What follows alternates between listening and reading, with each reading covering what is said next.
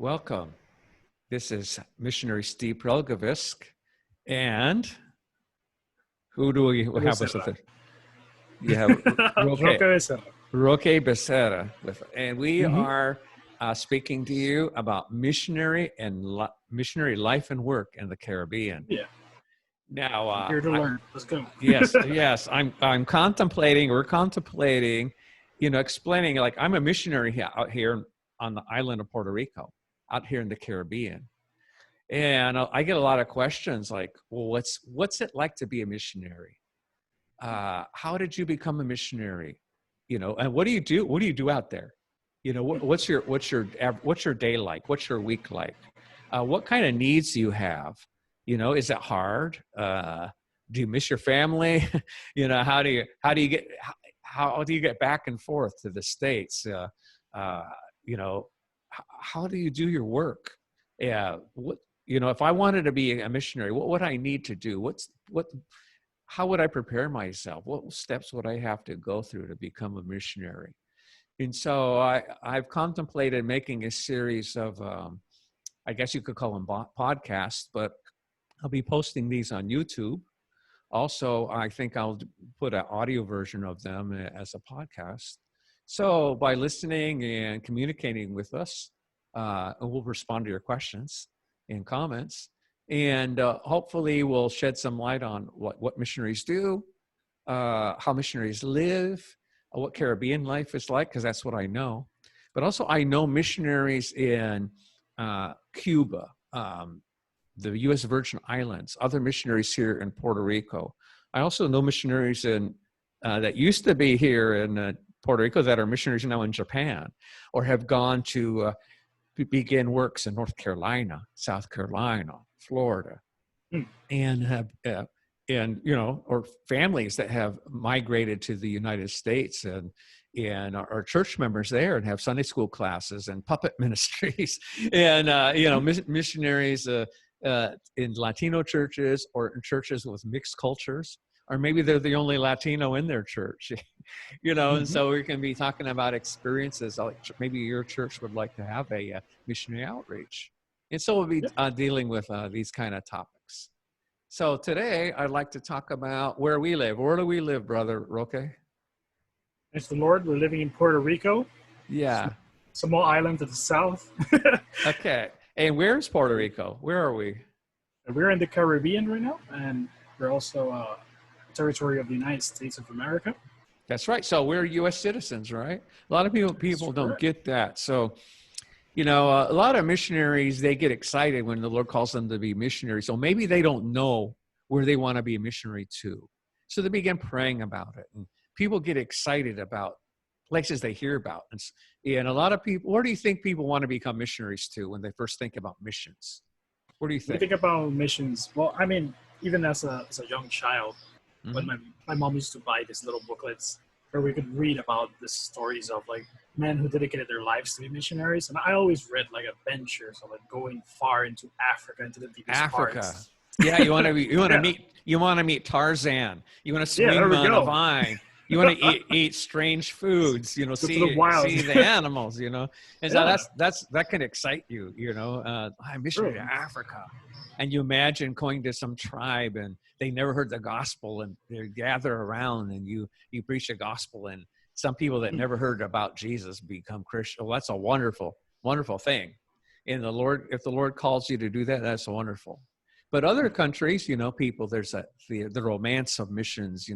People think about China inland missions, Africa inland missions, going into the interior, Sudan interior missions, going into some desert area, and like Lawrence of Arabia, except a Christian version. It's true. That's all wonderful. Yeah. Then there's the other kind of missionaries that are home missionaries. They want to reach their own families and people like them in their own city or maybe another state or city close to them. And it's nice being a home missionary. You don't have to learn another language. When it's Thanksgiving, you can drive to mom and dad's house or your grandparents' house, and you can have a family reunion. You can visit the churches, and so that's nice to be a home missionary. And so, you know, you can go one way or you can go the other. But then we have a place like Puerto Rico. Puerto Rico's out here. It's over 1,000 miles southeast of Florida. We're so far out here in the edge of the Caribbean, in between the Caribbean and the Atlantic Ocean. We're in another time zone. Do you know what time zone we're in? We're not in the Eastern Standard Time. I've always had some problems with the time zone. Where are we? What time is it? Yeah. Do you know what our time zone is called? No, actually, no. It's called Atlantic Standard Time. Atlantic Standard. Oh, Atlantic Standard Time. Okay. Yeah, I've always had problems with that. Yeah, we don't have what do you call that? When you put your clock back and forth. Daylight savings. We don't have daylight savings. We don't have that. So we're basically 1 hour earlier than Florida. 1 hour earlier than Florida. It's very confusing sometimes. You know, if you say at minus 4 hours Greenwich Mean Time, or UCT as they say, Universal Coordinated Time, Zulu time. And so anyway, so we're like 4 hours earlier than them. In an hour earlier than Florida, but it gets messed up because when Florida and the East Coast goes on, daylight savings time, then we're the same time as they are. And so we stay the same time, but it shifts an hour or so, depending on the time of the year. So anyway, we're way out here, but we're U.S. citizens. That happened in about 1914. The U.S. invaded Puerto Rico because there was something called the Spanish-American War. And we were fighting Spain to liberate Cuba so Cuba could be free. But what would happen if we left Cuba and Spain came back? Well, they could just come back, when we left. So how are we going to stop that from happening? So the U.S. didn't want to have a military presence in Cuba because they fought the war to free Cuba. But you know what? They never fought the war to free Puerto Rico. And so they took over Puerto Rico in 1898, just before their turn of the century. And what happened? They wanted to put a military base here because Puerto Rico is the key. If you think of an arch, you got Cuba, Haiti, the Dominican Republic on one island of Hispaniola. Then you got Puerto Rico. Then you have these little islands all the way down to Trinidad and Tobago and touching Venezuela, the coast there. So you get this arch. Puerto Rico is right in the middle of that arch. It's the smallest of the big islands, including Jamaica also. The smallest of the big islands and the biggest of the small islands. And, coming into Puerto Rico, coming into the Caribbean, you have to pierce that arch.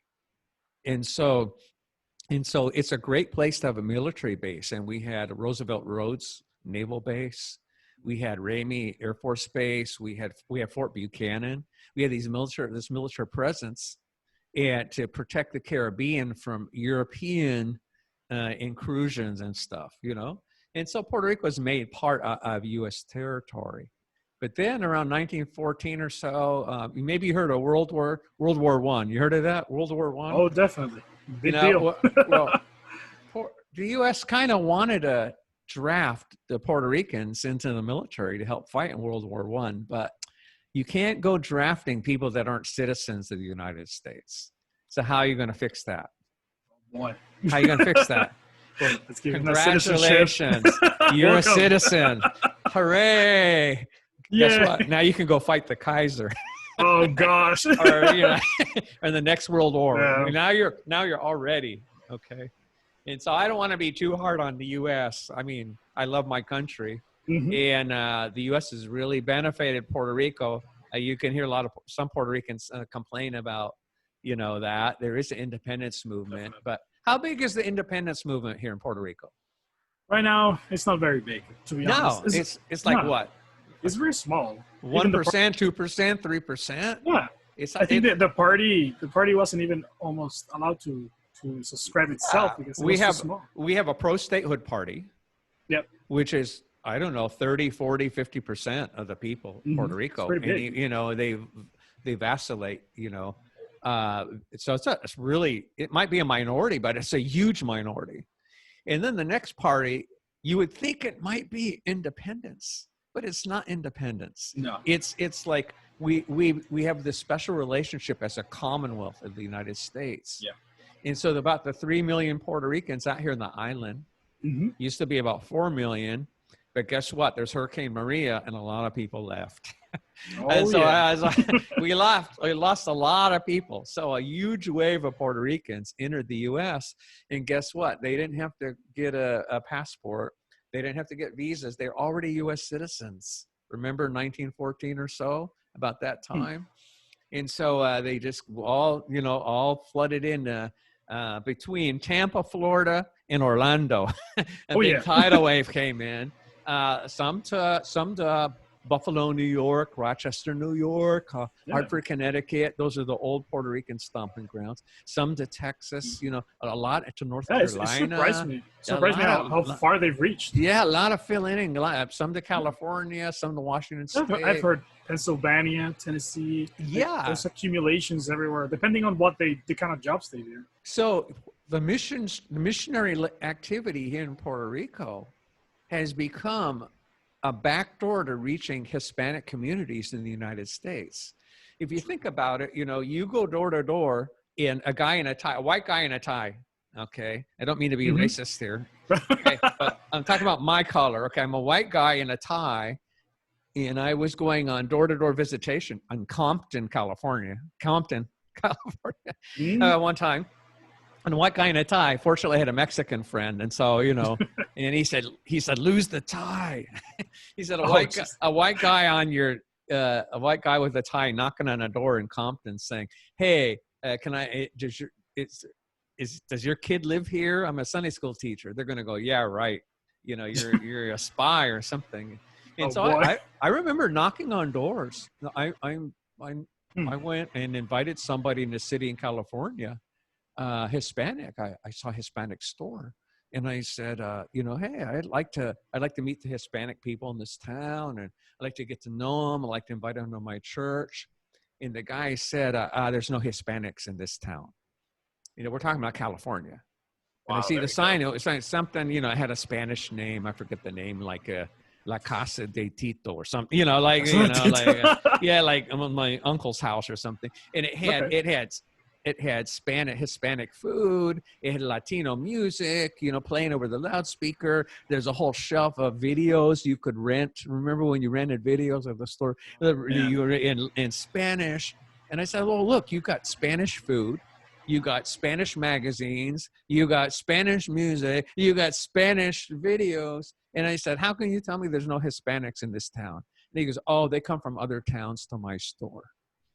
And I was thinking, well, this guy's lying to me. But why would he lie? Why would a Mexican or Hispanic, Latino in California lie to a little white guy with a tie? Why would he do that? Because what's he thinking? Yeah, I'm with immigration. I'm with I'm Homeland Security. I'm gonna get names from him, and he's gonna get in trouble, and his people are gonna get in trouble because he's like, some people are there illegally. And I'm there to win them for Christ. I'm there to testify to them. I'm there to invite them to my church. I'm not there to get them. Yeah. But, your relationship with a person like that starts out with a lie. And even if you have a warmer relationship later, they started by lying to you. And it kind of puts a barrier there, And so I thought, coming out to Puerto Rico, my experience is different. When I go door to door, what do you think happens when I knock on a door here in Puerto Rico? If I knock on a door and say, hi, my name's Pastor Steve, and I'm a pastor of a Baptist church. I'd like to come into your house, read a portion of the Word of God, and pray with you. Can I do that? What do you think happens? It's incredible that in Puerto Rico, people are a lot more welcoming. Yeah. Why aren't they afraid of me? Because maybe I should be afraid of them, but they're not afraid of me. No, they're not. They're not in Puerto Rico illegally. It's true. This is the island. They're citizens here. And I'm on their turf. Okay. I'm having to speak their language. They're not having to speak to me in my language. And so, I'm on there. They don't have anything to be afraid of. And so guess what happens? They open the door and say, come on in. Who would not want a holy man of God? A guy with a Bible who wants to pray with them. They think, a pastors and evangelists and missionary has higher esteem in Latin America than in the States. They look upon sorry pastors, sorry missionaries, but if you're in the States, some people look upon you like as a used car salesman. That's the kind of credibility they give us. We are attacked by the media, made the bad guys, look to maybe foolish or whatever. But in Latin America, it's not so much. I visit 4 or 5 houses, and I might get into 3 homes, and they'll say, "Pastor, would you like a sandwich?" I go, "No," and a sandwich appears by my hand. And then they say, "Would you like some coffee?" "No, I'm fine." And they bring me a cup of coffee. They don't listen. They want to be, just bring it. They're home. You're there to give them a blessing. They got to do something for you. So you have the coffee, you have they put way too much sugar in, by the way. I hope you don't got diabetes if you come down here, because they're going to be forcing sugar. Coffee delicious. with 6 packets, six packets of sugar in that cup of coffee. I'm not lying. It can never be too sweet. Not lying.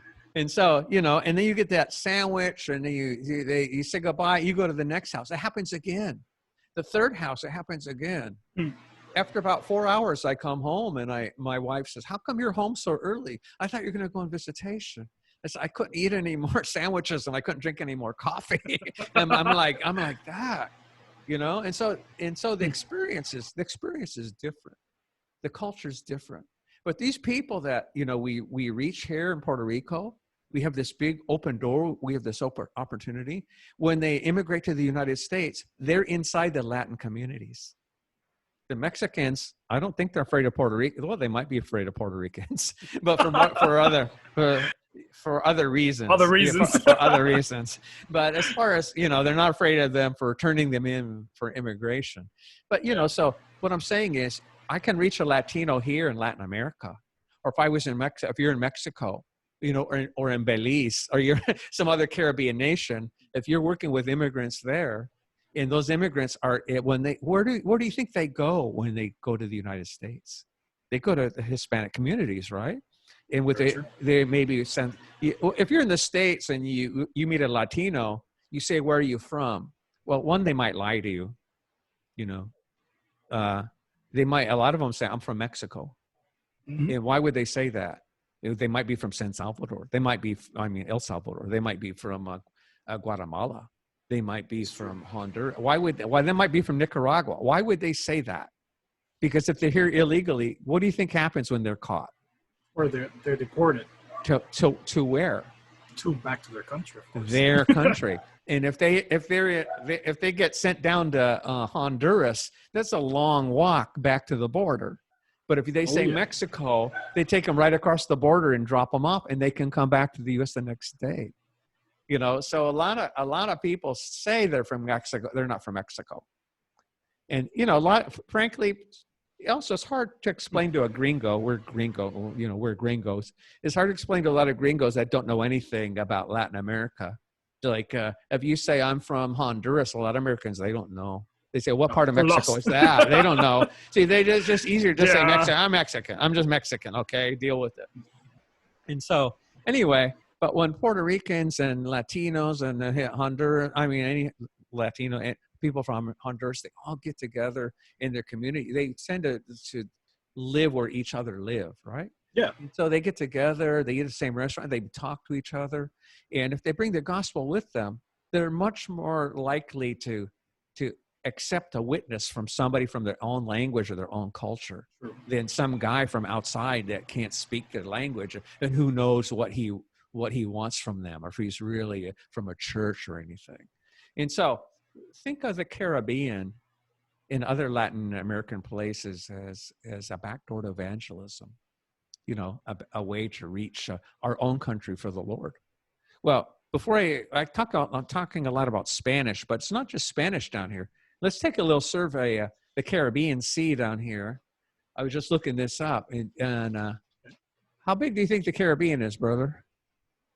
How big the Caribbean is? Yeah, how big is it? So it's actually, it seems small because when you think about the islands, but it's actually pretty big when you compare Cuba, Jamaica, Puerto Rico, all the Virgin Islands. It's actually a lot bigger than what a lot of people Yeah, think. and it's not just those islands. Even though if you go over to the Yucatan Peninsula, Okay. you think, oh, well, that's part of Mexico. Yeah, but if you live on the coast, people there might have more. They might do more with the Caribbean than with their own country. Not all the cities do, but I lived in Costa Rica for a while, which you think, well, that's not the Caribbean. That's, Pacific on one side and, well, the Caribbean on the other. Okay. But you don't think about it as a Caribbean country. But if you go down to Limon, a little town on the eastern side, the Caribbean Ocean side, there's a black community. There's not a lot of Latinos there. Most of them are Jamaicans that were imported by the British to make a railroad. And when the British were done making the railroad across Costa Rica, they left. And guess what? They didn't take the Jamaicans back home. They just said goodbye. Oh, there you go. They saved a lot of money by not taking them back to Jamaica. Wow, so sad. So you have all of these Jamaican communities along the coast, and a lot of them supported themselves by fishing in the Caribbean. Okay. Some of them go out in little boats and they harpoon turtles, the big ocean-going turtles, and bring them in, and that's the way of sustenance for them.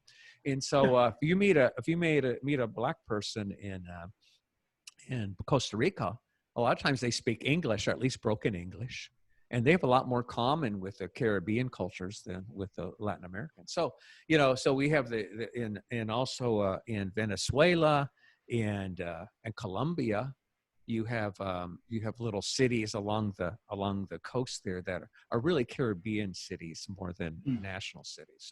So we can include those. So basically, okay, it's 1 million square miles. That's a lot of square mile. 1 million square miles. And in that 1 million square miles, there's about 44 million people. 44 million people in that. So we're talking about a significant number of people. Yeah, it's a good chunk. Now there's I have here, there's 7,000 islands. Wow. Yeah. In the 7,000 islands, there's something like 13 independent nations, island nations, and like 12 territories. So we're talking about, and so like you said, we got Cuba, we got Jamaica, Haiti, Dominican Republic. We have Puerto Rico, where we are. Yay, Puerto Rico. Yay, but Puerto Rico. we go down there to Dominica, Grenada, St. Lucia, St. Kitts, Barbados, Trinidad, Tobago.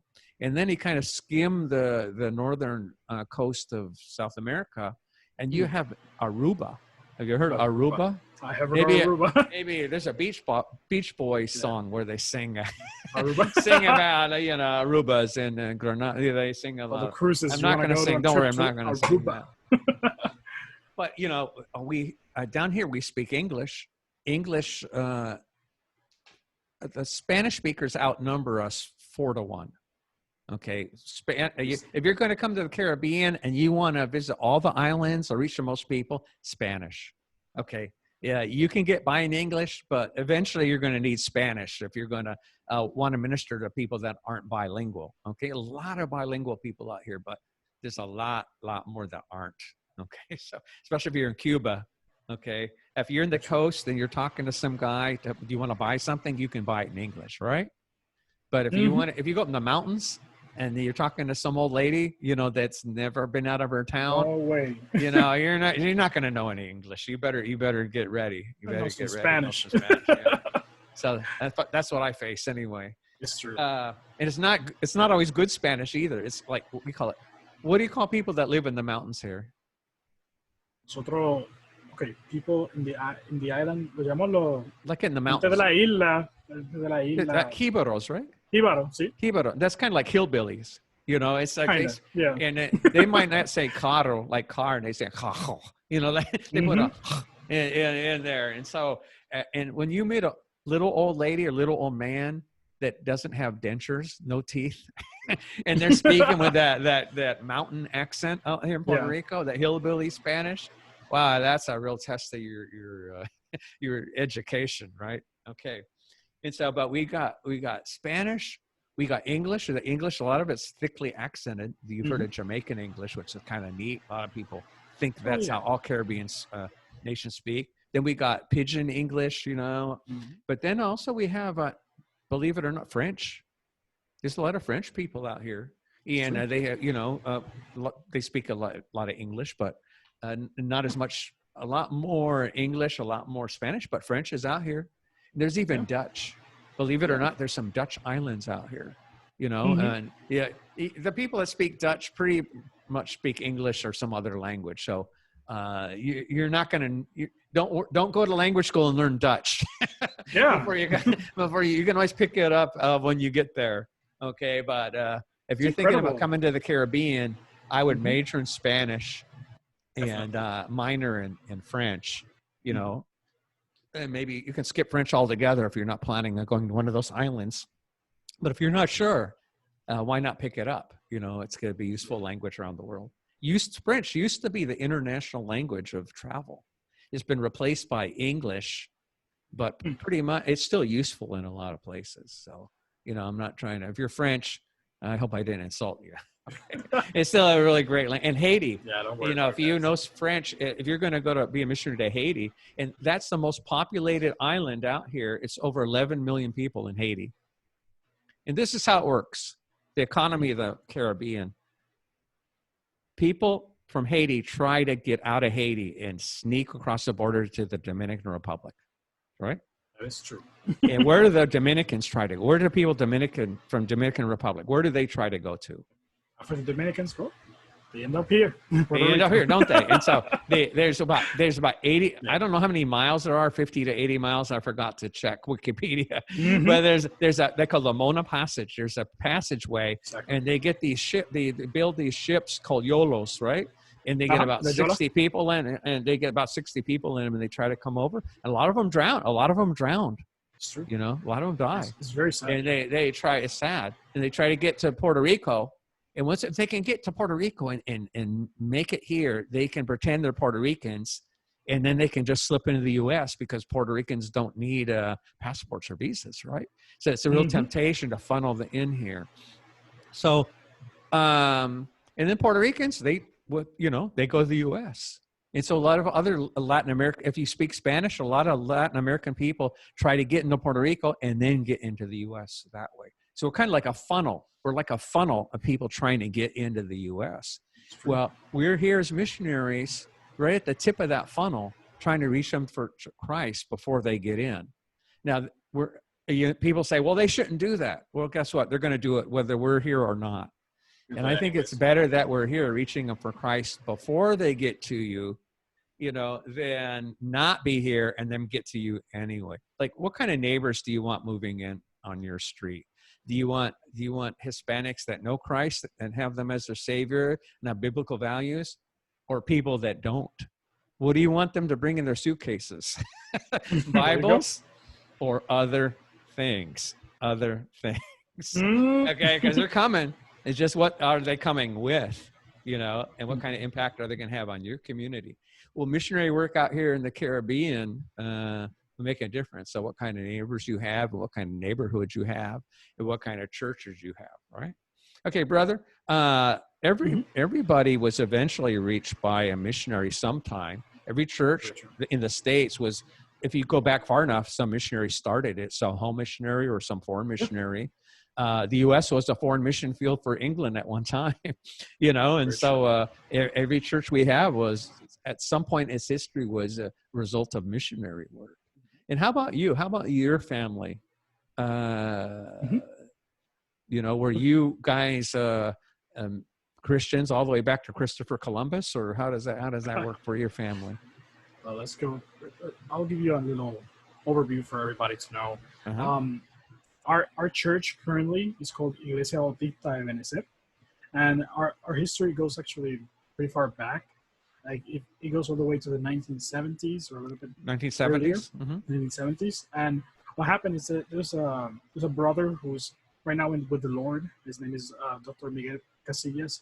Dr. Miguel Casillas. He was a great missionary, and when he came here to Puerto Rico, he established various churches, and one of the churches that he established was actually ours. Like, our church started as one of his missionary outreach. And what happened is that not long after, they they had some of the people that converted here in Mm-hmm. Puerto Rico, and some of the missionaries, they stayed there, and they stayed as some of the founding members, Mm-hmm. and they were called Hermano Cuevas and Hermana Cuevas. So they were the ones that actually continued on the missionary work in the church, and they kept growing it after Hermano Casillas moved to other projects and other churches that he was Doctor, establishing. I used to think of him as Dr. Casillas, and he Yep, was the founder of the Bible College, where I am currently a professor. it's true. Last semester I taught Greek as Greek in Spanish, which is like the hardest thing I ever did in my life, Yeah. teaching Greek in Spanish. Okay. Oh boy. But Dr. Casillas has founded that Bible college, and it's had its ups and downs, but sadly he's passed away and he's no longer with us. But he was a graduate of Bob Jones University, and he came out here like in the mid 60s or so, about 64, something like Yeah. that. And he came out with another Puerto Rican, Yeah. that's founded the Levittown Baptist Academy, where I'm a teacher. Okay. And also that Dr. Cortez, Mm-hmm. or Hernan Cortez, and also Jim Steindorf, an American missionary. So they came out as, we call them the tres caballeros, the three friends. They came out here as like three friends from Bob Jones University in the 60s. Mm-hmm.